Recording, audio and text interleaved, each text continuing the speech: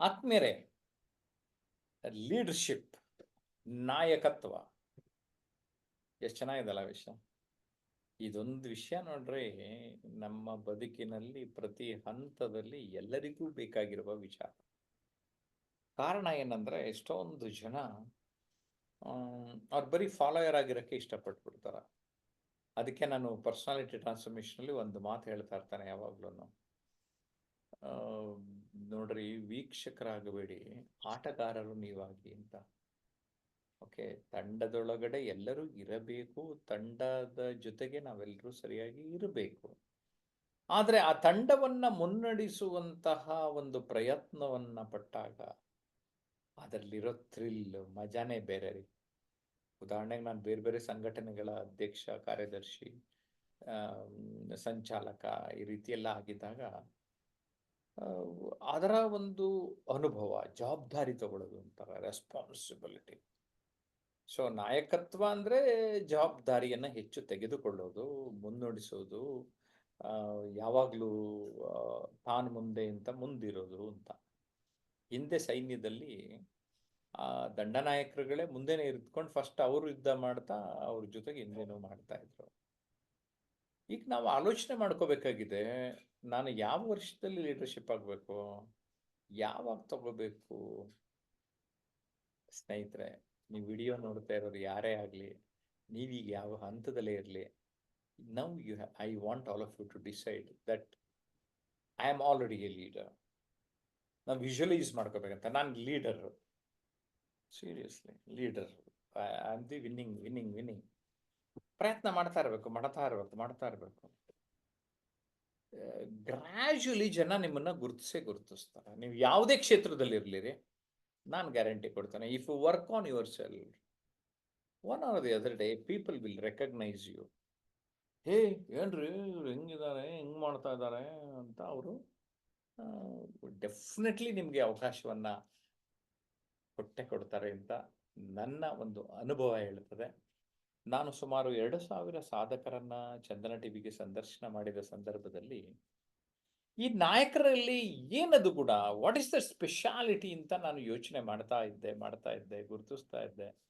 ಹಾಗಾಗಿ ಒಂದು 3 ಪುಸ್ತಕಗಳನ್ನು ಚಂದನದಲ್ಲಿ ಇಂಟರ್ವ್ಯೂ ಮಾಡಿರೋದನ್ನ ಪ್ರಿಂಟ್ ಮಾಡಿದ್ದೀನಿ. ಚಂದನ ಟಿವಿನಲ್ಲಿ ಇಂಟರ್ವ್ಯೂ ಮಾಡಿದ್ದೆಲ್ಲ ಸಪ್ನಾ ಬುಕ್ಸ್ ಅಥವಾ ಸಪ್ನಾ online.com ನಿಮಗೆ ಸಿಗುತ್ತೆ ಅನ್ನುವ ಮಾಹಿತಿಯನ್ನ ನೀಡ್ತಾ ಇದ್ದೇನೆ. ಸಾಹಿತ್ಯ ಚಂದನ, ಸಾಧಕರ ಚಂದನ, ವ್ಯಕ್ತಿತ್ವ ಚಂದನ, ಈ ರೀತಿ ನಾನು ಮಾಡ್ತಾ ಬಂದಿದ್ದೇನೆ. ಓಕೆ, ಒಟ್ಟು ಪುಸ್ತಕ ಆಗಿದೆ ಸ್ನೇಹಿತರೆ. ಓಕೆ, ಈಗ 11-12 ರೆಡಿ ಆಗ್ತಾ ಇದ್ದೀನಿ. 11 ನಿರೂಪಿಸಿ ಅಂತ ಓಕೆ ಮಾಹಿತಿ ಕೊಡ್ತಾ ಇದ್ದೇನೆ. ಜೊತೆಗೆ ನಮ್ಮ ಆನ್ಲೈನ್ ಕ್ಲಾಸ್ ಸ್ಟೂಡೆಂಟ್ಸ್ ಜೊತೆಗೆ ಒಂದೊಂದು ವಿಷಯ ತಗೊಂಡು ಮಾತಾಡಿಸ್ತಾ ಇರ್ತೀನಿ. ಓಕೆ, ನಿಮ್ಗೂ ಆ ಥರದ ಆಸಕ್ತಿ ಇದ್ದರೆ ದಯಮಾಡಿ ಜಾಯಿನ್ ಆಗಿ ಕನೆಕ್ಟ್ ಆಗ್ತಾರೆ ನಮ್ಮ ಆನ್ಲೈನ್ ಅಥವಾ ಆಫ್ಲೈನ್ ಕೋರ್ಸು. ಓಕೆ, 9341259267 ಅಥವಾ 9620303030ಗೆ ಸಂಪರ್ಕ ಮಾಡಿದ್ರೆ ಅವರು ಎಲ್ಲ ಥರನಾದ ಮಾಹಿತಿಯನ್ನು ಕೊಡ್ತಾರೆ. ಮೊದಲನೇದಾಗಿ ನಾನು ಗೀತಾ ಅವ್ರನ್ನ ಕೋರ್ತೇನೆ, ನಾಯಕತ್ವ ಅಂದರೆ ಏನು ಅನ್ಸುತ್ತೆ ಮೇಡಮ್? ಸರ್ ನಮಸ್ತೆ. ನಾಯಕತ್ವ ಅಂದ್ರೆ ಲೀಡರ್ಶಿಪ್. ತಾವು ಏನು ಒಂದು 35 ವ್ಯಕ್ತಿತ್ವ ಪರಿವರ್ತನೆಯಲ್ಲಿ ವಾಕ್ಯಗಳು ಮಾಡಿದ್ರೆ, ಅದರಲ್ಲಿ ವೀಕ್ಷಕರಿಂದ ಆಟಗಾರರಾಗುವ ವೆಡೆಗೆ ಅಂತ ಅಂದ್ರೆ ಬರೀ ನೋಡ್ಕೊಂಡೇ ಕುತ್ಕೊಂಡ್ಬೇಡಿ, ಆಟ ಆಡಿ ನೀವು ಒಬ್ಬ ನಾಯಕತ್ವ ಗುಣನ ಹೊಂದಿ ಅಂತ ಒಂದು ಮೆಸೇಜ್ ಕೊಡೋದು, ಅದು ತುಂಬಾ ಚೆನ್ನಾಗಿದೆ. ಯಾಕಂದ್ರೆ ಒಂದ್ ಆಟಗಾರ ಆದ್ರೆ ನಮ್ಗೆ ಆ ಏಳು ಬೀಳು, ಸೋಲು, ಗೆಲುವು ಎಲ್ಲ ನೋಡಿ ಏನಾದ್ರೂ ಒಂದು ನಾವು ಹೌದು ಒಂದು ಗುರಿ ಸಾಧಿಸ್ಬೇಕು ಅನ್ನೋ ಒಂದು ಛಲ ಬರುತ್ತೆ. ಹಾಗಾಗಿ ಒಬ್ಬ ನಾಯಕತ್ವ ಆಗ್ಬೇಕು ಅಂತಂದ್ರೆ ಅವನಲ್ಲಿ ಮುಖ್ಯವಾಗಿ ಒಂದು ಶಿಸ್ತು ಇರ್ಬೇಕು ಸರ್. ಆ ಶಿಸ್ತು, ಸಾಮರ್ಥ್ಯ, ತಾಳ್ಮೆ ಎಲ್ಲವೂ ಅವನಲ್ಲಿ ಹೇರಳವಾಗಿರ್ಬೇಕಾಗುತ್ತೆ. ಆಗ್ಲೇ ಒಬ್ಬ ಉತ್ತಮವಾದ ನಾಯಕತ್ವ ಹೊಂದ್ಲಿಕ್ಕೆ ಸಾಧ್ಯ. ಮತ್ತೆ ಎಲ್ಲವನ್ನು ಸರಿದೂಗಿಸ್ಕೊಂಡು ಹೋಗುವಂತ ಸಾಮರ್ಥ್ಯ ಅವ್ರಿಗಿರ್ಬೇಕು. ಎಂತಹ ಸಮಸ್ಯೆ ಬರ್ಲಿ, ಯಾವುದೇ ಸಮಯದಲ್ಲಿ ಎಂತಹ ಸಮಸ್ಯೆ ಬಂದ್ರೂ ಅದನ್ನ ಫೇಸ್ ಮಾಡುವಂತಹ ಒಂದು ಕೆಪಾಸಿಟಿ ಅವ್ರಿಗಿರ್ಬೇಕಾಗುತ್ತೆ. ಮುಖ್ಯವಾಗಿ ಸಮಯ ಪ್ರಜ್ಞೆ ಇರ್ಬೇಕು ಸರ್. ಯಾಕಂದ್ರೆ ಒಬ್ಬ ನಾಯಕತ್ವನೇ ಒಂದು ಸಮಯನ ಮೇಂಟೈನ್ ಮಾಡ್ಲಿಲ್ಲ ಅಥವಾ ಒಂದು ಶಿಸ್ತು ಪಾಲನೆ ಮಾಡ್ಲಿಲ್ಲ ಅಂತಂದ್ರೆ ಅವ್ರ ನಾಯಕರು ಆಗ್ಲಿಕ್ಕೇನೆ ಒಂದು ಅಸಮರ್ಥರು ಅಂತ ಹೇಳಕ್ ಇಷ್ಟಪಡ್ತೀನಿ. ಅದಕ್ಕೆ ಒಂದು ಜವಾಬ್ದಾರಿಯುತವಾದ ಕೆಲಸ ಅದು. ಆ ಜವಾಬ್ದಾರಿಯುತವಾದ ಕೆಲಸ ಅದನ್ನ ನಾವು ಸರಿದೂಗಿಸ್ಕೊಂಡು ಹೋಗ್ಬೇಕು ಅಂತಂದ್ರೆ ಎಲ್ಲರನ್ನು ಪ್ರೀತಿಸುವಂತದ್ದು, ಗೌರವಿಸುವಂತದ್ದು, ಹಾಗೆ ಒಂದು ಪ್ಲಾನ್ ಅನ್ನೋದು ಒಂದು ಬಹುಮುಖ್ಯವಾಗಿರುತ್ತೆ. ಯಾಕಂದ್ರೆ ಒಬ್ಬ ನಾಯಕನ ಒಂದು 10 ಜನ ಡಿಸಿಷನ್ ಕೇಳ್ತಾರೆ, ಆದ್ರೆ ತಾನು ಏನು ಒಂದು ಓನ್ ಆಗಿ ಒಂದು ಡಿಸಿಷನ್ ತಗೊಳ್ಳೋ ಒಂದು ಕೆಪಾಸಿಟಿ ಇರ್ಬೇಕು. ಹಾಗೆ ಪ್ರತಿಯೊಬ್ಬರಿಗೂ ಒಂದು ಸ್ಪಂದಿಸುವಂತಹ ಗುಣ ಇರ್ಬೇಕು. ಇವ್ರು ಯಾರೋ ಹೇಳಿದ್ರು, ಅವ್ರು ಯಾರೋ ಹೇಳಿದ್ರು, ಅವ್ರು ಸ್ವಲ್ಪ ದೊಡ್ಡವ್ರು, ಅವ್ರ ಮಾತು ಕೇಳ್ಬೇಕು, ಇವ್ರು ಚಿಕ್ಕವ್ರು, ಇವ್ರ ಮಾತು ಏನ್ ಕೇಳೋದು, ಆ ರೀತಿ ಇರ್ಬಾರ್ದು. ಪ್ರತಿಯೊಬ್ಬರಿಗೂ ಸ್ಪಂದಿಸುವಂತಹ ಒಂದು ಗುಣ ಇರ್ಬೇಕು. ಹಾಗೆ ಒಂದು ಹಿಡಿತ ಅಂತಾರಲ್ಲ ಸರ್, ಒಂದು ಇಡೀ ಒಂದು ಟೀಮ್ ನ ಒಂದು ಕಂಟ್ರೋಲ್ ಅಲ್ಲಿ ಇಟ್ಕೊಳ್ಳುವಂತಹ ಒಂದು ಸಾಮರ್ಥ್ಯ ಅವ್ರಿಗೆ ಇರ್ಬೇಕಾಗುತ್ತೆ. ಆಮೇಲೆ ಟೋಟಲ್ ಆಗಿ ಹೇಳ್ಬೇಕಂದ್ರೆ ಯಾವುದೇ ಒಂದು ಸಮಸ್ಯೆ ಬಂದ್ರು ಅದನ್ನ ಎಂತಹ ಸಂದರ್ಭದಲ್ಲಾದ್ರೂ ಫೇಸ್ ಮಾಡುವಂತಹ ಕೇಪಬಿಲಿಟಿ ಅವ್ರಿಗೆ ಇರ್ಬೇಕಾಗುತ್ತೆ ಸರ್. ಅವರೇ ಒಂದು ನಿಜವಾದ ನಾಯಕತ್ವ ಹೊಂದ್ಲಿಕ್ಕೆ ಸಾಧ್ಯ ಅಂತ ಹೇಳಕ್ ಇಷ್ಟಪಡ್ತೀನಿ. ಧನ್ಯವಾದಗಳು. ಓಕೆ ಗೀತಾ ಅವರೇ, ತುಂಬಾ ಚೆನ್ನಾಗಿ ಮಾತಾಡಿದ್ರಿ. ಈಗ ನಮ್ಮ ಸಂತೋಷ್ ಏನ್ ಹೇಳ್ತಾರೆ ಕೇಳೋಣ. ಎಸ್ ಸಂತೋಷ್. ಆತ್ಮೀಯರೇ ನಮಸ್ಕಾರ.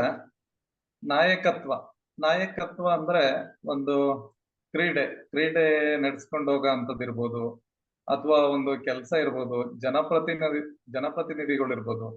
ಹೀಗೆ ಹಲವಾರು ನಾಯಕತ್ವವನ್ನು ನಿರ್ವಹಣೆ ಮಾಡೋ ಅಂತದ್ದು ಎಲ್ಲಾ ಟೀಮಲ್ಲೂ ಇರುತ್ತೆ. ಹಾಗೆ ಒಂದು ನಾಯಕತ್ವ ಅಂದ್ರೆ ಆ ನಾಯಕ ಆದವನಿಗೆ ಆ ನಿರ್ವಹಣೆ ಮಾಡುವಂತ ಒಂದು ಶಕ್ತಿ ಇರ್ಬೇಕು, ಅವನ ತಾಳ್ಮೆ ಇರ್ಬೇಕು, ಹಿತಮಿತವಾದ ಮಾತಿರ್ಬೇಕು. ಮತ್ತೆ ಏನೇ ಒಂದು ಅಲ್ಲಿ ಆ ನಿರ್ವಹಣೆ ಮಾಡ್ಬೇಕಾದ್ರೆ ಯಾವುದೇ ಒಂದು ಆ ಟೀಮಲ್ಲಿ ಯಾರೇ ತಪ್ಪು ಮಾಡಿದ್ರು ಆ ನಾಯಕನ ಮೇಲೆ, ಆ ನಾಯಕತ್ವ ಯಾರು ವಹಿಸಿರ್ತಾರೋ ಅಂತವ್ರ ಮೇಲೆ ಬೆರಳು ತೋರಿಸ್ತಾರೆ.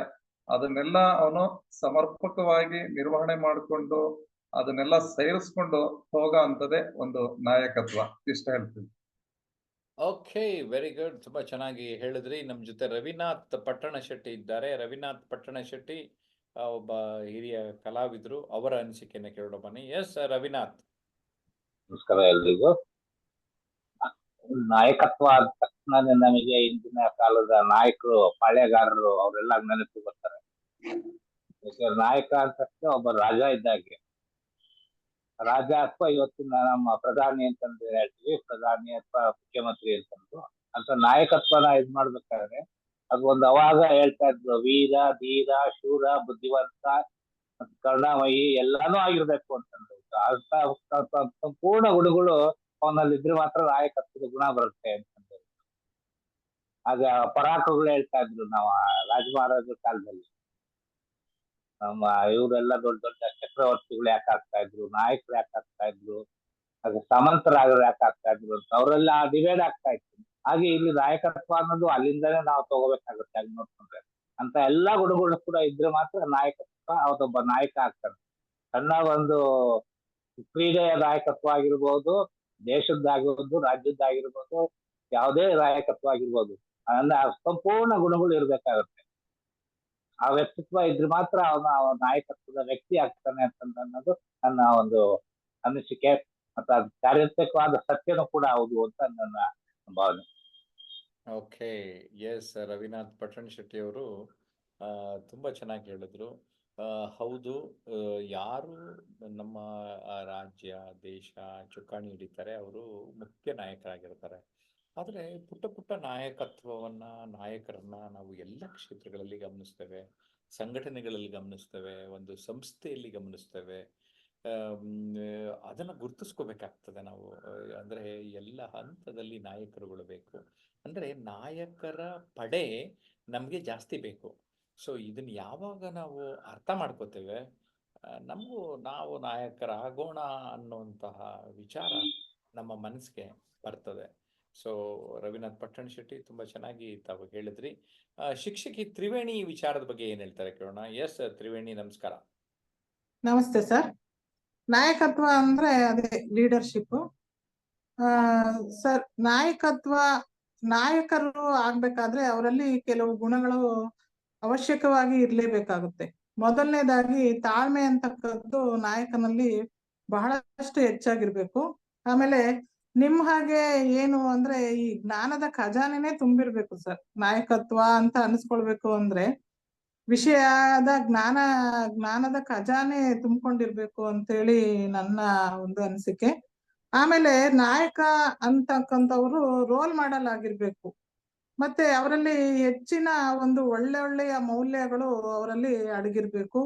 ಆಮೇಲೆ ಅವರು ನಿಮ್ ಹಾಗೆ ಏನೋ ಒಂದು ನೀವು ಮೊನ್ನೆ ಹೇಳಿದ್ರಿ ಏನೋ 24 hours ನಾನು ಕಂಟಿನ್ಯೂಸ್ ಆಗಿ ನಾನು ಟ್ರೈನಿಂಗ್ ಕೊಟ್ಟೆ. ಆದ್ರೆ ನನ್ನಲ್ಲಿರ್ತಕ್ಕಂಥ ಉತ್ಸಾಹ ಬೆಳಗ್ಗೆ ಹೇಗಿತ್ತೋ 3 ದಿವಸ ಆದ್ಮೇಲೆನು ಅಥವಾ 24 hours ಆದ್ಮೇಲೆನು ಅದೇ ರೀತಿ ಇತ್ತು ಅಂತ. ಹಾಗೆ ನಾಯಕರಾದವರು ಏನು ಅಂದ್ರೆ ಏನೋ ಇದೊಂದು ವಾರ ಮಾಡಿದೆ, ಮುಂದಿನ ವಾರ ಮಾಡಿದೆ, ಅದಾದ್ಮೇಲೆ 15 ದಿವಸ ನಾನು ನಾಯಕತ್ವನ ಜವಾಬ್ದಾರಿ ತಗೊಂಡು ನಾನು ಒಂದು ಕೆಲಸ ಮಾಡಿದೆ, ಆಮೇಲೆ ನಾನು ರೆಸ್ಟ್ ತಗೊಳ್ಬೇಕು, ನಾನು ಆರಾಮಾಗಿರ್ಬೇಕು ಅಂತಕ್ಕಂಥ ಗುಣ ಇದ್ರೆ ಅವರು ಖಂಡಿತ ನಾಯಕತ್ವವನ್ನ ಲೀಡರ್ಶಿಪ್ ಅನ್ನ ಒಂದು ಹೆಸರನ್ನ ತಗೊಳಕ್ಕೆ ಸಾಧ್ಯ ಆಗಲ್ಲ. ಅವರು ಯಾವಾಗ್ಲೂ ಕೆಲಸ ಮಾಡೋದಕ್ಕೆ ರೆಡಿ ಆಗಿರ್ಬೇಕು ಅಂತೇಳಿ ಈ ನಾಯಕತ್ವ ಅನ್ನೋರು ಈ ರೀತಿಯಾಗಿರ್ಬೇಕು ಅನ್ನೋದು ನನ್ನ ಅಭಿಪ್ರಾಯ ಸರ್.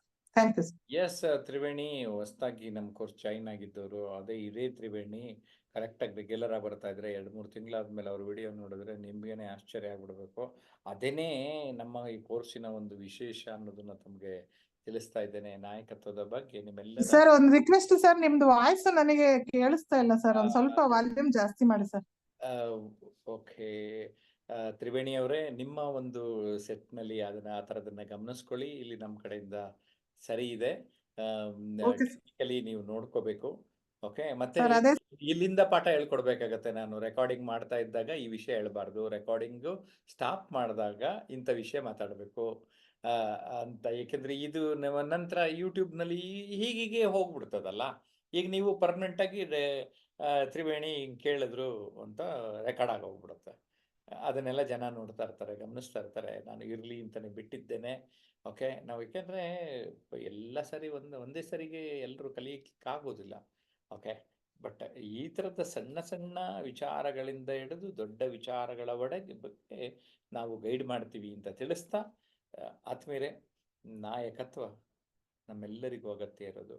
ಮತ್ತು ನಾವುಗಳು ಕೂಡ ನಮ್ಮ ಕ್ಷೇತ್ರದ ನಾಯಕರಾಗಬೇಕು, ಸಾಧಕರಾಗಬೇಕು ಅಂತಲೇ ನಾವು ಆನ್ಲೈನ್ ಮತ್ತು ಆಫ್ಲೈನ್ ಕೋರ್ಸ್ ಮಾಡ್ತಾ ಇದ್ದೇವೆ. ಮತ್ತೊಂದು ವಿಡಿಯೋನಲ್ಲಿ ಭೇಟಿ ಆಗ್ತೇನೆ. ನಮಸ್ಕಾರ.